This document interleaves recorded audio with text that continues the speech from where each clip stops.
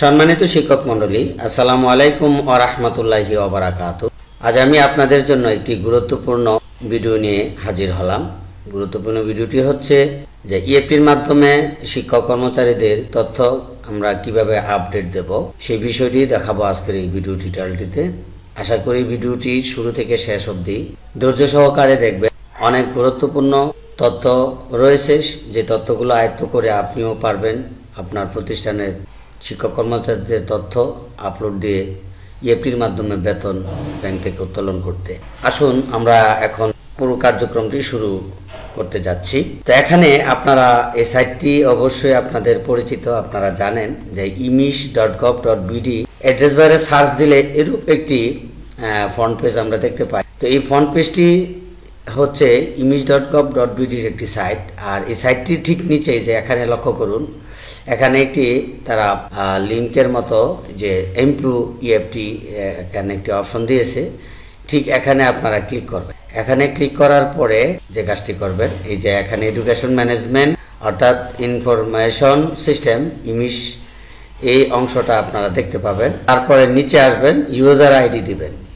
User ID হচ্ছে আপনার আগে যে আপনি কোনো শিক্ষকের ইমপ্রুভ করার জন্য যে তথ্য দিতে হতো, যে ইউজার আইডি পাসওয়ার্ড ইউজ করতেন, সেটাই আপনি এখানে ইউজ করবেন, তাহলেই হবে। তো আপনি সেই ইউজার আইডি পাসওয়ার্ডটা এখানে ইউজ করে লগ ইনে ক্লিক করুন। তো লগ ইনে ক্লিক করলেই এই যে দেখুন আমরা এসে গেছি। তো এখানে আমরা কি করব, এই যে আমাদের প্রথমে আমরা দেখব আমাদের বিদ্যালয়ের নাম ঠিক আছে কিনা। হ্যাঁ, যেমন আমার বিদ্যালয়ের নাম ঠিক আছে, এমপিও প্রতিষ্ঠানের নাম। হ্যাঁ, তারপরে অঞ্চল, বিভাগ, জেলা, উপজেলা, ব্যাংকের নাম, তারপর হচ্ছে ব্যাংকের শাখার নাম, ব্যাংক, জেলা, রাউটিং ইত্যাদি ইত্যাদি। তো এখানে আসার পরে ঠিক আপনাদের এরকম শো করবে না। এখানে অবশ্য আপনি এভাবে ক্লিক করবেন। ক্লিক করার পরে আমি আবারও দেখাচ্ছি, এই যে এখানে তো আমার নাম শো করছে, এই নাম শোগুলি করবে না, আপনার শুধু এই পর্যন্ত আসবে, যা এই সার্চ বার পর্যন্ত, এই সার্চ আপডেট পর্যন্ত। তো এখানে আপনি এসে ক্লিক করবেন। ক্লিক করার পরে যে দেখুন এখানে আপনার জেলার যে উপজেলাগুলো আছে, সেই উপজেলার কোন ব্যাংকে আপনি আপনার স্কুলের বেতন জমা দেন, সেই ব্যাংক এখানে নামগুলো শো করবে। তো আপনি ঠিক এইভাবে ওই ব্যাংকের নামের এগেনস্টে যেই রাউটিং নাম্বারটা আছে, সেই রাউটিং নাম্বারের বাম পাশে যে বক্স আছে, একটি চকু বক্স, এই বক্সে ক্লিক করবেন। এই বক্সে ক্লিক করলে আপনার যে ঠিক এখানে এরূপ তথ্য আপনারা দেখতে পাবেন। এই যে এরূপ তথ্য আপনারা পেয়ে যান।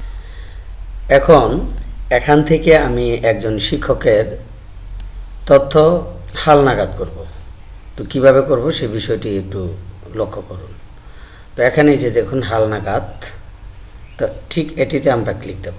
তো এটিতে ক্লিক দেওয়ার পরে দেখুন ঠিক এরূপ একটি পেজ আসবে না, এই পর্যন্ত আসবে, যে লক্ষ্য করুন এই পর্যন্ত আসবে, আপডেট পর্যন্ত আসবে। তখন আপনি এখানে ক্লিক করবেন। করার পরে এখানে যে শিক্ষকের তথ্য হালনাগাদ করবেন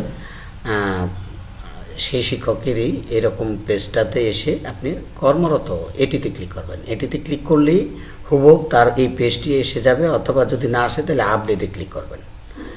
আচ্ছা, আপডেটে মনে হয় না, আপনার কর্মরত দিলে অটোমেটিক আসবে। তার সকল তথ্য সম্ভবত ওকে করলেই আপডেটে ক্লিক করতে হবে, তাইলে আপডেট হয়ে যাবে। তো এখন এখানে দেখুন বাম পাশে দেখুন এমপিওতে যেই তথ্যগুলো আছে সেই তথ্যগুলো এখানে শো করছে। এমপিওতে যে কয়টা তথ্য রয়েছে সেই কয়টা তথ্য এখানে শো করছে। তো এখন আপনাকে যদি আংশিক সংশোধন করতে হয়, তাহলে বা এমপিওতে যদি মনে করেন যে আপনার কিছু তথ্য ভুল রয়েছে, সেই ভুল তথ্যটা অবশ্যই আপনি আপনার এনআইডি কার্ডের মধ্যে যেভাবে আছে ঠিক সেইভাবে এই তথ্যগুলো ডান পাশের বক্সগুলোতে আপনি এন্ট্রি দেবেন। মনে থাকে যেন বিষয়টি। এ ব্যতীত যদি আপনি উল্টাপাল্টা কোনো তথ্য দেওয়ার সুযোগ নেন, তাহলে কিন্তু আপনার এমপিও আটকে যাবে। এটা অবশ্যই মাথায় রাখবেন। তো যাই হোক, আমি যে বিষয়টি আবারও ক্লিয়ার করছি, অবশ্যই আপনাকে সেই কাজটা এভাবে করতে হবে। যেমন এখানে আপনি লিখবেন আপনার নাম ইংরেজি দিয়ে, বাংলা দিয়ে, তারপরে পিতার নাম ইংরেজি দিয়ে, মাতার নাম ইংরেজি দিয়ে, তারপরে আপনি জন্ম তারিখটি লিখবেন এখানে, তারপরে জাতীয় পরিচয়পত্র নম্বর 10 অথবা 17 সংখ্যার আপনাকে লিখতে হবে। নিজ এনআইডি দিয়ে নিবন্ধিত ওই নাম্বারটা, অর্থাৎ আমার যে এনআইডি আমার যে আছে সে এনআইডিতে আমি কোন মোবাইল নম্বর দিয়ে আমি নিবন্ধন করেছিলাম সেই নম্বরটা এখানে আমাকে ইনক্লুড করতে হবে। তারপর আপনি এখানে ইমেল ইনক্লুড করবেন। তারপর আপনি লিঙ্গ পুরুষ না মহিলা সেটা আপনি সিলেক্ট করবেন। অতঃপর আপনি ধর্ম রিলিজিয়াস, তারপর আপনার এখানে এই যে দেখুন এখানে পদবি আছে, পদবি আপনি ঠিক অ্যারো চিহ্নতে ক্লিক করলে ঠিক এটা এখানে এসে যাবে। এখানে যদি আমি ক্লিক করি, আমি এটা করছি না এখন, আপাতত আপনাদের একটা ডেমো দেখাচ্ছি। তারপরে এখানে বিষয়, আপনার যদি বিষয় থাকে তাহলে বিষয়টা আপনি এখানে করবেন, এই যে বিষয় আছে সেই বিষয়টা আপনি এখানে করে নেবেন, লিখে নেবেন। অতঃপর আপনাকে এখানে আমাদের অনেক সুযোগ রয়েছে এটি দেওয়াতে।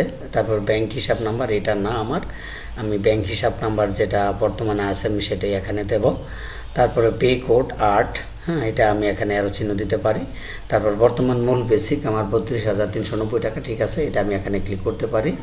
সঠিক পে কোড, এখানে সঠিক পে কোডটাও আছে, তো আমার দরকার নেই, আমার যেটা আছে সেটাই। তারপর আমি যেটা করব, সঠিক মূল বেতন বা বেসিক, এটা হবে আমার যে বেসিকটা আছে 23,000, মূল বেসিকটা যেটা এখানে মূল বেসিকে যে উল্লেখ নেই, তারপর এখানে আমি বেসিকটা এইভাবে দিতে পারবো। তারপর শিক্ষক কর্মচারী নিজ জেলা, তারপর আপনার নিজ জেলা এখানে আপনি এই যে সিলেক্ট করলে জেলার নাম বের হয়ে যাবে। আপনি এটি তৈরি অর্থাৎ রিকোয়ারমেন্টগুলো ওকে করবেন, 100 করবেন, তখন এখানে এই আপডেটটা এখানে হাইড আছে, এটা ঠিক উজ্জ্বল দেখাবে, উজ্জ্বল এরকম দেখাবে। যে সকল শিক্ষক কর্মচারী তথ্য দেবেন আপনারা অবশ্যই তাদের তথ্যগুলো তাদেরকে দেখাবেন, দেখিয়ে এবং তারা দেখিয়ে তারা যেন নিশ্চিত হতে পারে যে হ্যাঁ আমার তথ্যগুলো সঠিক আছে, তারপরেই আপডেট দেবেন। আমি আর দীর্ঘ করছি না, আমার ভিডিওটি এখানেই শেষ করব। যাবার পূর্বে আপনাদের দীর্ঘ সুস্বাস্থ্য কামনা করছি। আল্লাহ।